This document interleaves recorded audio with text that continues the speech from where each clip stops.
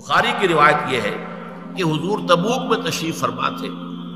تو کسی صحابی نے کچھ قیامت کے بارے میں سوال کیا تو حضور نے کہا کہ 6 علامتیں جب تک ظاہر نہیں ہو چکے گی قیامت نہیں آئے گی۔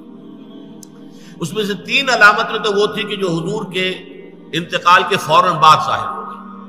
اور 3 ہیں یہ آخری زمانے کی علامتیں، وہ میں آپ کو پڑھ کر سنا رہا ہوں۔ ثم استفادت المال حتى يؤتى الرجل 100 دینار فيصل ساخطا، اتنا مال ہو جائے گا عرب میں، اتنا ظاہر بات ہے یہ عرب سے مراد وہی ہے، عرب جزیرہ نما عرب، اس میں آپ کی امارات بھی آ جاتی ہے اور یہ سعودی عرب بھی آ جاتا ہے، یہ سارا مال اور دولت کا جس طریقے سے وہاں پر پانی کی طرف پھیل رہا ہے، مال اتنا عام ہو جائے گا کہ یہ حالت ہو جائے گی کہ ایک شخص کو 100 دینار بھی دیے جائیں گے تب بھی وہ ناراض ہوگا، کیا دیا مجھے، کچھ بھی نہیں دیا۔ 100 دینار اس وقت کے حساب سے بہت بڑی شے۔ ثم فتنة لا يبقى بيت من العرب الا دخلته، پھر ایک ایسا فتنہ آئے گا کہ عرب کا کوئی گھر نہیں بچے گا جس میں وہ فتنہ داخل نہ ہو جائے۔ یہ مغربی تہذیب کا فتنہ، عریانی کا فتنہ، بے حیائی کا فتنہ، شراب نوشی کا فتنہ، زناکاری کا فتنہ، کوئی گھر جو ہے بچا ہوا،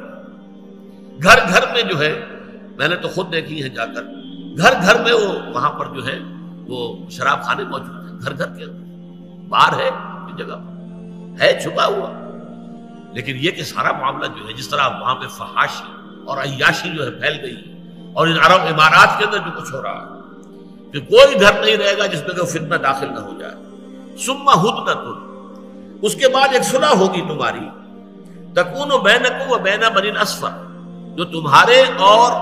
یہ زرد رو لوگ جو ہیں وائٹ پیپل ان کے درمیان ہوگی، فیغدرون،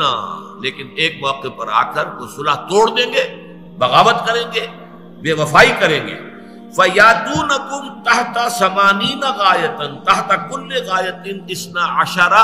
نفرا الفا،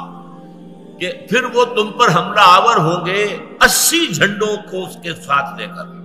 اور ہر جھنڈے کے نیچے 12,000 کی نفری ہوگی، 12 8 96، تقریباً 10 لاکھ کی نفری کے ساتھ یہ حملہ ہوگا۔ یہ حملہ ہے جس کے لیے نیٹو تیار کیا جا رہا ہے، اس لیے کہ جب دوبارہ ری آرگنائزیشن ہوئی ہے نیٹو کی تو پوچھا گیا کہ کس کے لیے تیاری اب ہو رہی ہے؟ USSR تو تحلیل ہو چکا، ختم ہو چکا، تمہارے قدموں میں گرا ہوا، تمہارا دیا ہوا کھا رہا ہے، اب لہذا اس کے اندر تو کوئی ضرورت نہیں ہے کہ وہ تمہارے مقابلے میں کھڑا ہو، اب کس کے لیے؟ انہوں نے صاف کہا کہ ہمیں مسلم فنڈامنٹلزم کا خطرہ ہے۔ کسی بھی وقت یہ جو بھی اس وقت ہو رہا ہے اسرائیل میں اور فلسطینیوں کے مابین، اگر یہ آگ بھڑک اٹھی، کبھی اگر قبۃ الصخرہ گرا دیا گیا، مسجد اقصی گرا دی گئی، پھر جو ہوگا طوفان جو آئے گا اس سے پھر ایک بہت عظیم جنگ کا معاملہ، اسے حدیث میں الملحمۃ العظمیٰ کہا گیا، عظیم ترین جنگ۔